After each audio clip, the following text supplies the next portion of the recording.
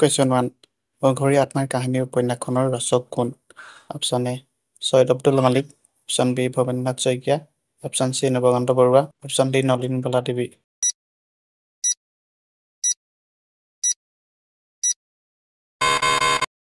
ইয়াৰ শুদ্ধ উত্তৰটো হৈছে অপশ্যন এ ছৈয়দ আব্দুল মালিক। ইম্পৰ্টেণ্ট পইণ্টছ 1969 চনত ৰচিত উপন্যাসখন 1972 চনত এই উপন্যাসখনৰ বাবে মালিকে সাহিত্য অকাডেমি বঁটা লাভ কৰে। Question 2. প্ৰথম অসমীয়া চনেট পুথিখনৰ নাম কি? Option A Mrityunjay, option B Antareep, option C মাল্চ, অপশ্যন ডি ভানুমতী।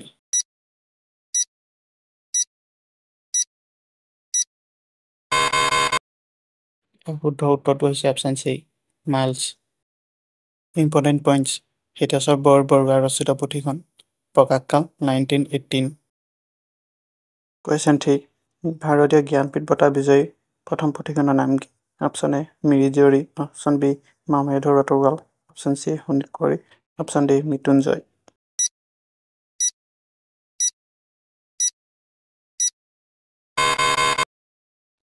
শুদ্ধ উত্তৰটো হৈছে option D Mrityunjay. Important points পুথিখনৰ ৰচক বীৰেন্দ্ৰ কুমাৰ ভট্টাচাৰ্য। 1970 চনত এই উপন্যাসখন গ্ৰন্থকাৰেৰে প্ৰকাশ হয়। উপন্যাসখনে 1979 চনত ভাৰতীয় জ্ঞানপীঠ বঁটা লাভ কৰে। Question 4. মামৰে ধৰা তৰোৱাল গ্ৰন্থখনৰ লেখক কোন? Option A Mamoni Raisom Goswami, option B Nalinibala Devi, option C Rita Chowdhury, option D Bhupen Hazarika.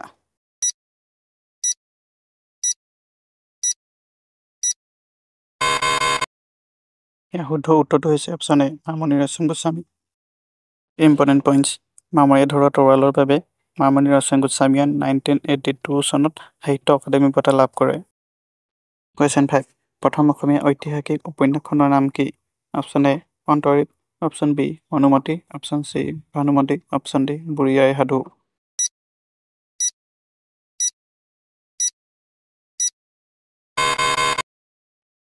ইয়াৰ শুদ্ধ উত্তৰটো হৈছে option C Bhanumati. Important points Padmanath Gohain বৰুৱাৰ ৰচিত এইখন উপন্যাস 1890 পৰা 1891 চনত বিজুলীত চোৱা চুকাই প্ৰকাশ হৈছিল। গ্ৰন্থকাৰে ভানুমতী প্ৰকাশ হয় 1908 চনত। ভানুমতী আৰু চাৰুচন্দ্ৰ গোহাঞি নামৰ এহাল ডেকা গাভৰু প্ৰণয়ন কাহিনীক পটভূমি হিচাপে লৈ উপন্যাসখন ৰচিত। Question 6. সাহিত্য অকাডেমি বঁটা লাভ কৰা প্ৰথম অসমীয়া পুথিখনৰ নাম কি?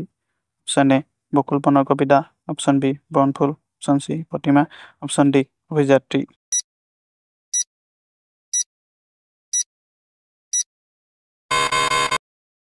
ইয়াৰ শুদ্ধ উত্তৰটো হৈছে অপশ্যন বি বনফুল। ইম্পৰ্টেণ্ট পইণ্টছ বনফুল পুথিখনৰ ৰচয়িতা যতীন্দ্ৰনাথ দুৱৰা 1952 চনত প্ৰকাশিত এই কবিতা পুথি। পুথিখনে 1955 চনত সাহিত্য অকাডেমি বঁটা লাভ কৰিছিল। Question 7. পাতাল ভৈৰৱী কাৰ উপন্যাস? Option A Himanta Borgohain, option B Lakshminandan Bora, option C Chandrakumar Agarwala, option D Lakshminath Bezbaroa.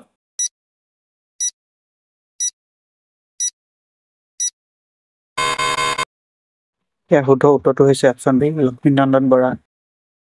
Important points 1986 চনত প্ৰকাশিত উপন্যাসখন 1988 চনত এই উপন্যাসখনৰ বাবে লক্ষ্মীনন্দন বৰাই লাভ কৰে সাহিত্য অকাডেমি বঁটা।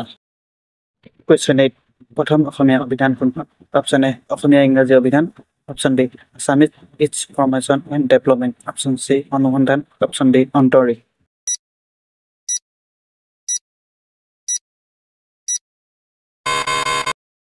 ইয়াৰ শুদ্ধ উত্তৰটো হৈছে অপশ্যন এ অসমীয়া ইংৰাজী অভিধান।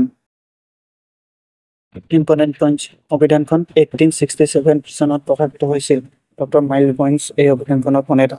প্ৰায় 14,000 শব্দ সন্নিৱিষ্ট অভিধানখনত। Question 9. অন্তৰীপ উপন্যাসখন কাৰ দ্বাৰা ৰচিত? Option A Rebati Mohan Dutta Choudhury, option B Bhabendranath Saikia, option C Nalinibala Devi, option D Chandrakumar Agarwala.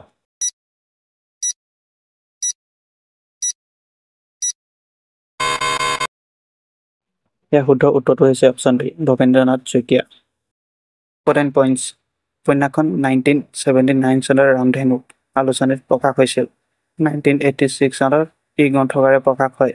এই উপন্যাসখনৰ কাহিনী আধাৰত 1985 চনত ভৱেন্দ্ৰনাথ শইকীয়াই নিৰ্মাণ কৰে অগ্নি স্নান নামৰ ছবিখন।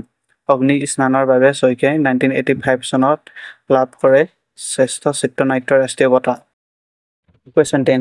অভিযাত্ৰী উপন্যাসখন কোনে ৰচনা কৰিছিল? Option A Nabakanta Barua, option B Bhabendranath Saikia, option C Hitesh Deka, option D Nirupama Borgohain.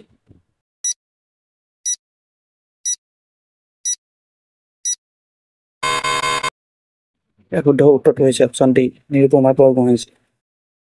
Important points 1992 চনত প্ৰকাশিত হৈছিল উপন্যাসখন। এই উপন্যাসৰ বাবে নিৰুপমা বৰগোহাঞিয়ে 1997 চনত সাহিত্য একাডেমী বঁটা লাভ কৰে। কুৱেশ্যন 11 নলিনীবালা দেৱীৰ কাব্যগ্ৰন্থখনৰ নাম কি? Option A Anusandhan, option B Aai, option C Alakananda, option D অভিযাত্ৰী।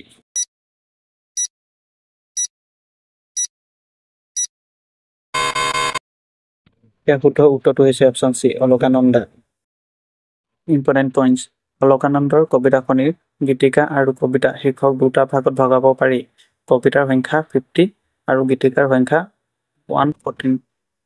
এই গ্ৰন্থখনৰ বাবে 1968 চনত নলিনীবালা দেৱীয়ে সাহিত্য একাডেমী বঁটা লাভ কৰে।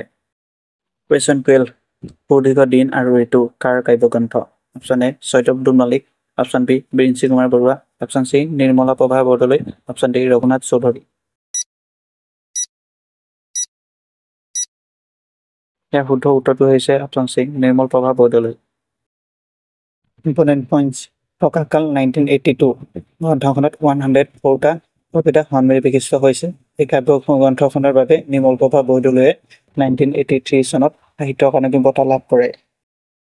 কুৱেশ্যন 13 সাহিত্য একাডেমী বঁটা বিজয়ী প্ৰথম উপন্যাসখনৰ নাম কি? অপশ্যন এ আছাম বুৰঞ্জী, option B ইন্দ্ৰধনু, option C Anusandhan, option D ইয়াৰুঙ্গম।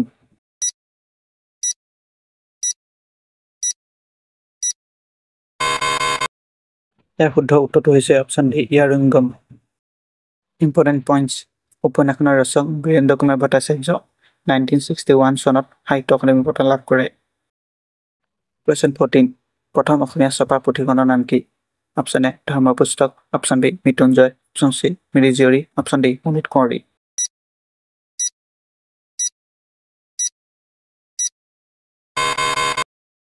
ইয়াৰ শুদ্ধ উত্তৰটো হৈছে option A Dharmapustak. Important points 1813 চনত আমেৰিকান খ্ৰীষ্টান মিছনাৰীসকলৰ প্ৰচেষ্টাত প্ৰকাশ পায় লেখক আত্মাৰাম শৰ্মা। গ্ৰন্থখনৰ পৃষ্ঠা সংখ্যা আছিল প্ৰায় 864 পৃষ্ঠা।